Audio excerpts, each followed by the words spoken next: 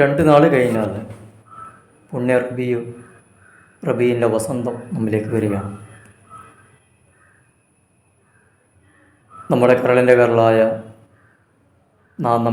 നമ്മുടെ ശരീരത്തെക്കാളും നാം സ്നേഹിക്കുന്ന പുണ്യ പ്രവാചകർ സ്വല്ലല്ലാഹു അലൈഹി വസല്ലമ തങ്ങളെ സ്നേഹിക്കാത്തവർ, അനുരാഗികളല്ലാത്തവർ മുഅ്മിനീങ്ങളിൽ ആരും തന്നെ ഉണ്ടാവുകയില്ല. ആ പ്രവാചകൻ്റെ ജന്മദിനത്തിൻ്റെ ഏറ്റവും സുന്ദരമായ മുഹൂർത്തം നമ്മിലേക്ക് കടന്നു വരാൻ ഇങ്ങനെ ദിവസങ്ങൾ ബാക്കിയിരിക്കുക. സ്നേഹത്തിൻ്റെ പ്രതീകങ്ങൾ അല്ലെങ്കിൽ ആ സ്നേഹ വായ്പ് പ്രകടമാക്കുന്നത് പല രൂപത്തിലാണ്. സുന്നത്തിനെ അനുധാവനം ചെയ്യുന്നവരുണ്ട്. വേഷവിധാനങ്ങളിലായാലും കർമ്മങ്ങളിലായാലും അതിനപ്പുറം ഹുബ്ബ് എന്ന് പറയുന്ന സംഗതി മനസ്സിൽ വെക്കുക. ചില എത്രയോ മഹാന്മാരായ മനുഷ്യന്മാരെ കഥ നമ്മൾ കേട്ടിട്ടുണ്ടാവും. അവർ വലിയ കാര്യങ്ങളൊന്നും ലോകത്ത് ചെയ്തിട്ടില്ല, പക്ഷേ ചെയ്തത് ഒന്നും മാത്രം. അവർ നാവിലെപ്പോഴും അവരുടെ ഇഷ്ടഭാജനത്തിൻ്റെ നാമം സ്വലാത്ത്, പ്രവാചകനെ നല്ലവണ്ണം സ്നേഹിച്ചു.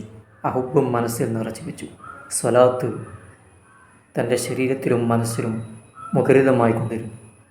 അവരൊറ്റ കാരണത്താൽ വലിയ പദവികളിലെത്തിയ മനുഷ്യരുടെ അല്ലെങ്കിൽ മഹാന്മാരുടെ ചരിത്രം നമ്മൾ പഠിച്ചവരാണ്, കേട്ടവരാണ്.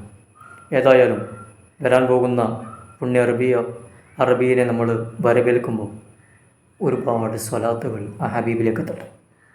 അവിടെ തന്നെ ഒരിക്കലും പറയണ്ടായി, മൻ സ്വല്ല അലൈയ സ്വലാത്തൻ സ്വല്ലല്ലാഹു അലൈഹി അശറ. എൻ്റെ മേൽ ആരെങ്കിലും ഒരാൾ ഒരു സ്വലാത്ത് ചൊല്ലിയാൽ അള്ളാഹു അവൻ്റെ മേൽ 10 സ്വലാത്ത് ചെല്ലും എന്ന് പുണ്യപ്രവാചകർ നമ്മെ പഠിപ്പിച്ച കാര്യം കൂടിയാണ്. ഏതായാലും ഈ മാസം ഇതിനുള്ള സമയമായിക്കോട്ടെ, ഇതിനുള്ള ഒരു ഒരുക്കമായിക്കോട്ടെ. ഇവിടുന്ന് തുടങ്ങിയാൽ പിന്നെ മരണം വരെ അത് നിലനിർത്തിക്കൊണ്ടുപോകാനും നമുക്ക് സാധിക്കട്ടെ എന്ന് വളരെ ആത്മാർത്ഥമായിക്കൊണ്ട് പ്രാർത്ഥിക്കുകയാണ്. ഏതായാലും ദിവസങ്ങൾ ചുരുക്കമാണ്. 2 നാൾ കഴിഞ്ഞാൽ പുണ്യ റബീ വസന്തം നമ്മിലേക്ക് വരവായി.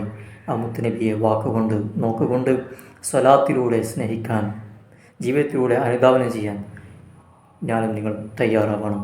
എങ്കിൽ ഇരു ലോകത്ത് നമ്മൾ രക്ഷപ്പെടുമെന്നതിൽ യാതൊരു സംശയവുമില്ല.